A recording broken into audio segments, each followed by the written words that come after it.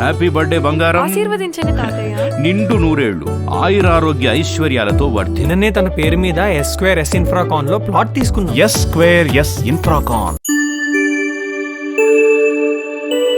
చేసుకుంటే వాళ్ళని కన్నీళ్ళు తప్ప ఇంకేం రావట్లేదు. మీకు అసలు కళ్ళు చెమరుస్తున్నాయి. నిజంగా మాకే ఇంత బాధ ఉంది అంటే మీరు వాళ్ళతో మమేకమై వాళ్ళతో కలిసి తిరిగి వాళ్ళతో కలిసి పని చేసిన వారు, సో వాళ్ళని మరింత దగ్గరగా చూసిన వాళ్ళు మీకు. సో నిజంగా చాలా చాలా బాధిస్తుందండి. అందుకు మేడం ఇలాంటి ప్రజా కవులు ఇంకొన్ని రోజులు ఉంటే బాగుండేది. ఉత్తరాంధ్రలో నిజంగా గద్దర్ గారు ఉండుంటే సొత్తాగా ఆయన ఒక పార్టీ పెట్టేవాడు. ఆ పార్టీలో నేను కూడా ఉండేవాడిని. ఎందుకంటే మాది ఒక కులం, కవులు కులం, కళాకారుల కులం. వీళ్ళ కులాలు మతాలు భాషా ప్రాంతాలు దేంతో సంబంధం లేదు మేడం. కవి అనేవాడు ఎక్కడున్నా ఒకటే. ఇప్పుడు గద్దరు గోరేటి వెంకన్న నన్ను గౌరవిస్తాడు. దేవి గోరేటి వెంకన్న అనేకమైన పాటలు రాశాడు, అనేకమైన పాటలు పాడాడు. జయరాజు, మరి వాళ్ళంతా ఇక్కడ నేను ఒక ఆవిష్కరణ చేస్తే ఆవిష్కరణ కూడా పిలిస్తే వస్తారు వాళ్ళు. అందుకు తెలంగాణ విడిపోయింది, తెలంగాణ అది మనది ఏది కాదు. సమైక్యాంధ్ర ఉద్యమంలో మేము సమైక్యంగా ఉండాలని కోరుకున్నాం. తెలంగాణ వాళ్ళు పోరాడి సాధించుకున్నారు. ఇప్పుడైనా అన్నదమ్ములమే. ఎట్లా అన్నదమ్ములమే అంటే కవులు కళాకారులకి చెప్పినట్టే ప్రాంత భేదాలతో సంబంధం లేదు, కుల మతాలతో సంబంధం లేదు. మా కవులు ఎక్కడున్నా ఒక్కటిగా ఉండాలి. అయితే తెలంగాణ ప్రభుత్వం కవులు కళాకారులు చాలా అద్భుతంగా ఆదరిస్తూ ఉంది.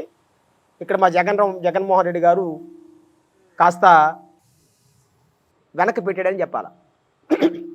ఎందుకంటే నేను జగన్మోహన్ రెడ్డి ఓదార్పు యాత్రలో కంటిన్యూగా తిరిగా, ఉత్తరాంధ్రలో కంటిన్యూ తిరిగా. ఆకలిన్నోడికి అన్నం పెట్టే వైఎస్ జగన్ నేను పాట రాసి రికార్డ్ చేసి ఆయన చేతుల మీదుగా ఆవిష్కరించా.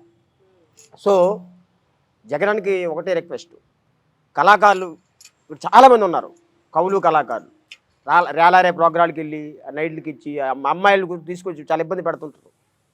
సో నేను అట్లా కాదు, నేను పెళ్ళిళ్ళకి వెళ్ళి పాడను, పుట్టినరోజులకి వెళ్ళి పాడను. ఏదైతే రాజకీయ వేదికలు ఉంటాయో ఆ రాజకీయ వేదికల మీదే నా పాటను పాడతాను.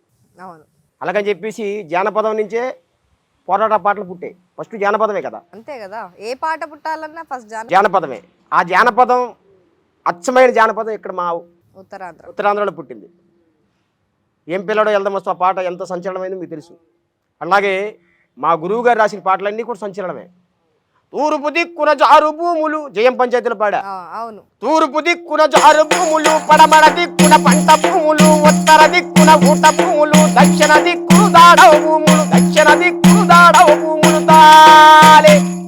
ఒరే సవరన్నలు ఆ భూముల మీద సాలు దున్నుతారో నాయన, సాలు దున్నుతారో నాయన. యాదాపులు ఆ భూముల మీద చెమట జల్లుతారో నాయన, చెమట జల్లుతారో నాయన.